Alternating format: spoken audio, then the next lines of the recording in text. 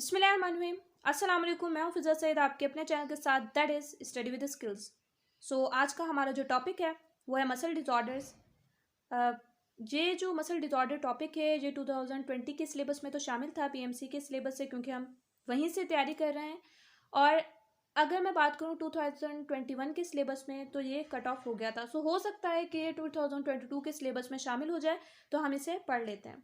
Start करते हैं आज का टॉपिक। लेकिन फर्स्ट ऑफ ऑल, अगर आपने चैनल को सब्सक्राइब नहीं किया तो चैनल को सब्सक्राइब कीजिए, ताकि हम मिलकर बहुत अच्छे से नेशनल एमडी कैट की तैयारी कर सकें और मैक्सिमम स्कोर ऑब्टेन कर सकें। स्टार्ट करते हैं। Muscle disorders. सबसे पहले मसल डिसऑर्डर्स में मसल फैटीग आ जाता है। अच्छा, मसल फैटीग क्यों होता है?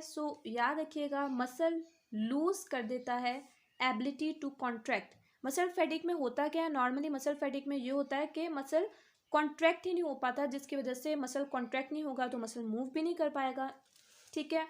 अच्छा, ये मसल फैटिग होता क्यों है? ये एक्यूमुलेशन ऑफ लैक्टिक एसिड की वजह से होता है। जब बॉडी में लैक्टिक एसिड एक्यूमुलेट हो जाता है तो उसकी वजह से मसल फैटिग कॉज हो जाता है। अब लैक्टिक एसिड के एक्यूमुलेट होने की वजह से क्या होगा? याद रखिएगा, इसकी वजह से पीएच ड्रॉप हो जाएगी ब्लड की। नॉर्मली हमें पता है कि ब्लड की जो पीएच होती है वो 7.4 तक होती है, लेकिन जब लैक्टिक एसिड एक्यूमुलेट होता है तो उसकी वजह से पीएच ड्रॉप होती है, जिसकी वजह से मसल फैटीग होता है और मसल पेन करने लग जाते हैं, यानी मसल जो एक होगा, यानी कि मसल में बहुत ज़्यादा पेन फील होगा। अच्छा, लैक्टिक एसिड के एक्यूमुलेट होने की वजह से और क्या होगा? आयोनिक इम्बैलेंस हो जाएगी, बॉडी में आयंस की इम्बैलेंस हो जाएगी। अच्छा, अब अगर मैं बात करूं कि मसल फैटिग होता क्यों है, इसमें होता यह है, नॉर्मली हमारी बॉडी में ग्लाइकोजन जो होता है वो ग्लूकोज में कन्वर्ट होता है। देन ग्लूकोज हमें एटीपी प्रोवाइड करता है जब हमें बॉडी में ज़रूरत होती है एनर्जी की। फॉर एग्जांपल, अगर हमें मूवमेंट वगैरह करनी है तो उसके लिए भी एनर्जी की ज़रूरत है। उस वक्त क्या होगा कि ग्लाइकोजन ग्लूकोज में टूटेगा एंड देन ग्लूकोज जो होगा फर्दर एटीपी में टूटेगा, जो कि एनर्जी है, हाई एनर्जी फॉस्फेट है, that's why ATP energy provide करेगा। अच्छा, अब ग्लूकोज जो है वो एटीपी में या एनर्जी में टूटता है in the presence of oxygen और in the absence of oxygen. ठीक है, ग्लूकोज प्रेजेंस ऑफ ऑक्सीजन में भी टूट सकता है एटीपी में, और in the absence of oxygen में भी टूट सकता है। अगर ग्लूकोज ब्रोकन आउट होता है एटीपी में इन द एब्सेंस ऑफ ऑक्सीजन, तो वो प्रोसेस कराएगा फर्मेंटेशन, और वो एनएरोबिक होगा, यानी कि ऑक्सीजन मौजूद नहीं था।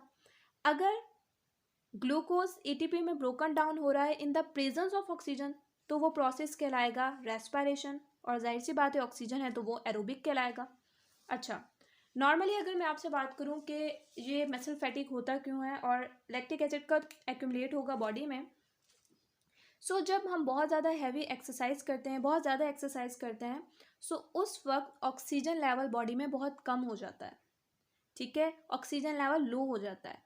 नॉर्मली जो रेस्पिरेशन प्रोसेस होना था उसके बजाय प्रोसेस होने लग जाता है फर्मेंटेशन। ठीक है, अब फर्मेंटेशन में होगा क्या?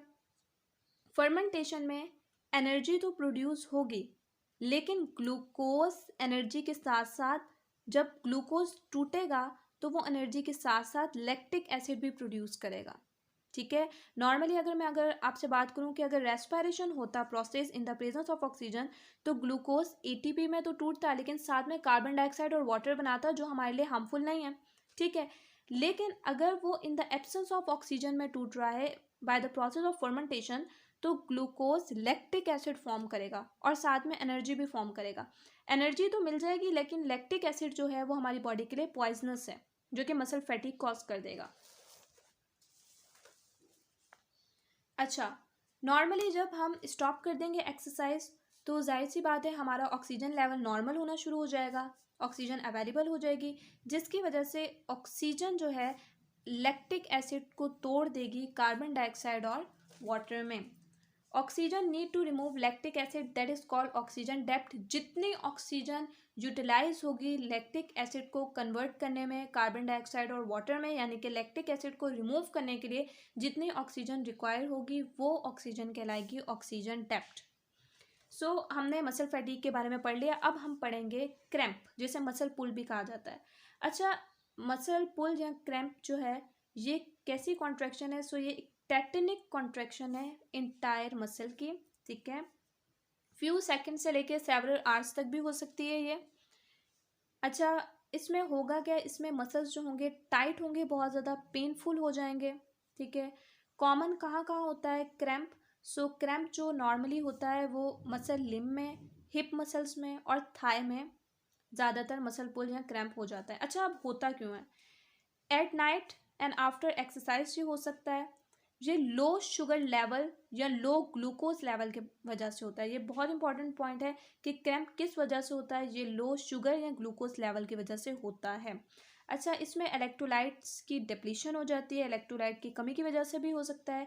डिहाइड्रेशन, पानी की मौजूदगी कम होने की वजह से भी मसल क्रैम्प हो सकता है। और इरेटेबिलिटी ऑफ स्पाइनल कॉर्ड और न्यूरॉन्स की वजह से भी, स्पाइनल कॉर्ड और न्यूरॉन्स जो हैं उनकी इरेटेबिलिटी की वजह से भी मसल क्रैम्प या मसल पुल कॉज हो सकता है। ठीक, होप्स हो कि आपको मसल क्रैम्प और मसल पुल समझ आ गया होगा। अब चलते हैं टेटनी की तरफ। याद रखिएगा, क्रैम्प जो है वो किसकी कमी की वजह से होता है? ग्लूकोज लेवल लो होने की वजह से होता है। जबकि टेटनी जो है वो कैल्शियम लेवल लो होने की वजह से होता है। दोनों अलग पॉइंट है, याद रखने। अच्छा, टेटनी क्या है? सो टेटनी कंटिन्यूस मसल कॉन्ट्रैक्शन है। इसमें क्या होता है, इसमें कन्वर्जेंस भी आते हैं, ठीक है। कन्वर्जेंस दौरे वगैरह को कहते हैं, इसमें कन्वर्जेंस भी कॉज हो सकते हैं। अच्छा, सो जाहिर सी बात है, जब कन्वर्जेंस आएंगे सो लॉस ऑफ सेंसेशन हो जाएगा।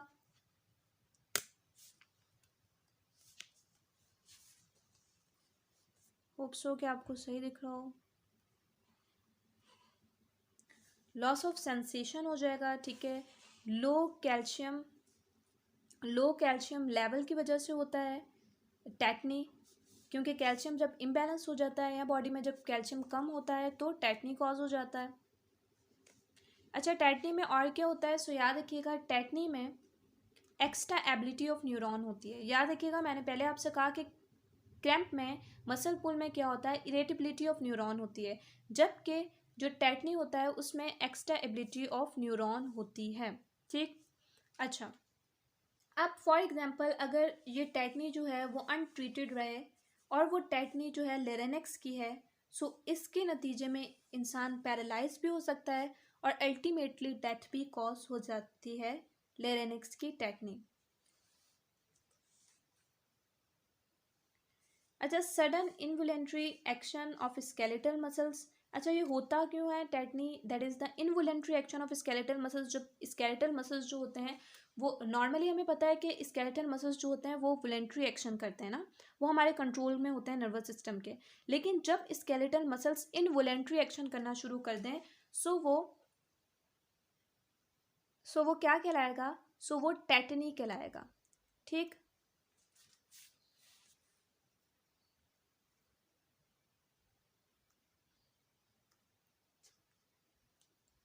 अच्छा, कांस्टेंट कंटिन्यूस मसल कॉन्ट्रैक्शन होती है, इसमें कंटिन्यूसली मसल कॉन्ट्रैक्शन होता रहता है।